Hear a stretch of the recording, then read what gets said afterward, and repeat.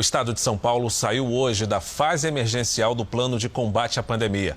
Mas a população ainda tem que seguir regras rígidas para evitar aglomerações. Só que essas regras parecem não ter a mesma atenção do poder público quando se trata de transporte. Ônibus, trens, metrôs vão e voltam lotados, facilitando a transmissão do vírus.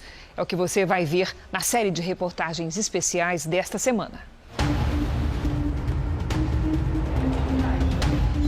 São Paulo, 12 de abril, manhã desta segunda-feira. No transporte público da maior metrópole do país, a pandemia é ignorada pelas autoridades da cidade e do estado. Nas plataformas, nos terminais, dentro de ônibus e trens, o cenário é assustador.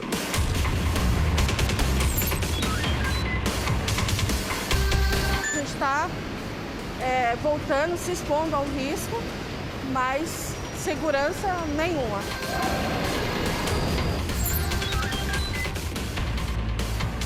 E é sempre desse jeito, cheio, lotado.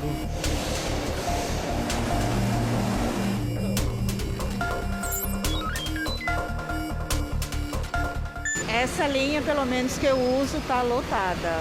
Todos os dias lotada.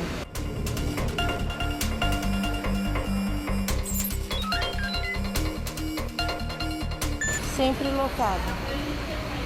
O pessoal vai de perto, sempre lotado. A partir de hoje, o Jornal da Record vai mostrar o que está por trás das aglomerações no transporte da população.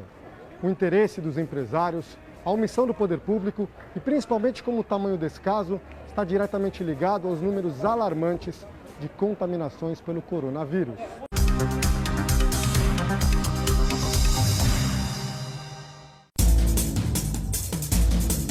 No estado de São Paulo, a fase vermelha está em vigor. É a segunda mais restritiva. Apenas comércio essencial pode funcionar, restaurantes não recebem clientes e até celebrações religiosas estão proibidas. O rigor que afeta tantos empresários, trabalhadores e fiéis deixa de existir nas linhas de transporte da capital paulista.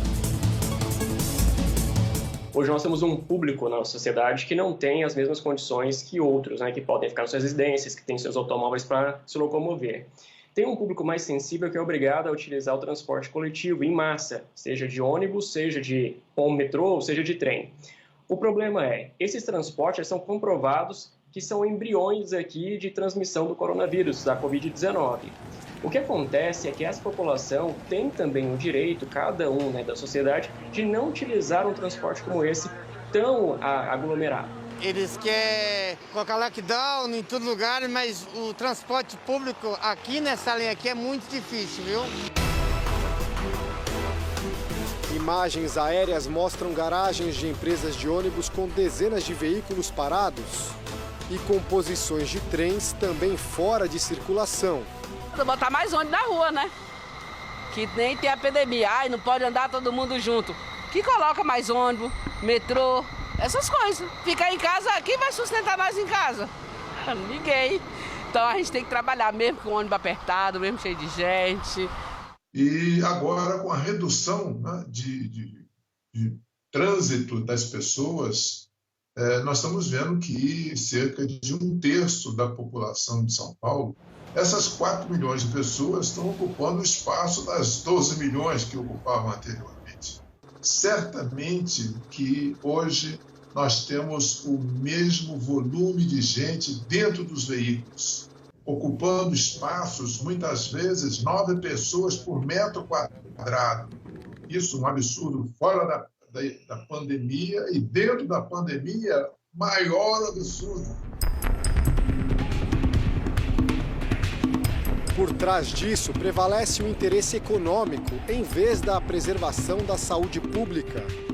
O empresário tem interesse em ganho. E se ele está colocando toda a frota na rua e não está sendo utilizada, não está havendo ganho, logicamente que ele vai reduzir essa frota com o intuito de haver uma compensação.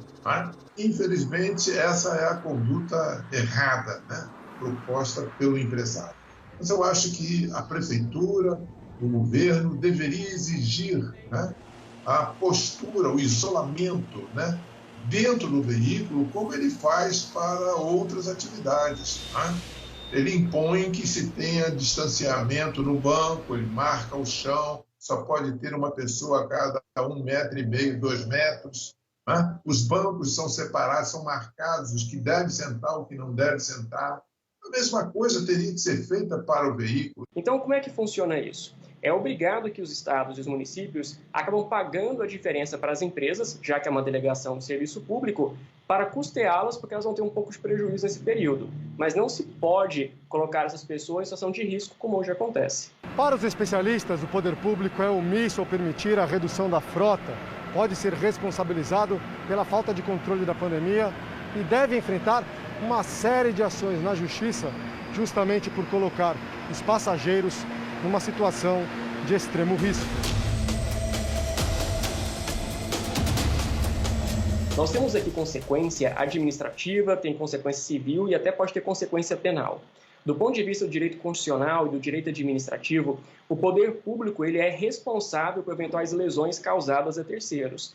Então, aquela vítima, se conseguir demonstrar o fato, ou seja, a exposição prolongada no ambiente que é propício para a transmissão do coronavírus, depois mostrando que houve a doença e aquelas sequelas, pode pedir indenização do poder público.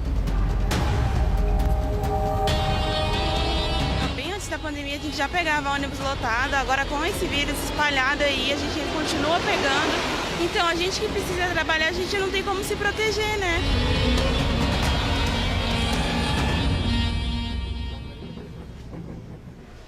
Vamos agora à resposta da Prefeitura. Em nota, a Prefeitura de São Paulo afirmou que a frota de ônibus em operação na cidade é de 88% do total, para uma demanda de passageiros de menos da metade. Já a Secretaria dos Transportes Metropolitanos disse que trabalha com a avaliação de cada faixa de horário para atender à necessidade dos cidadãos.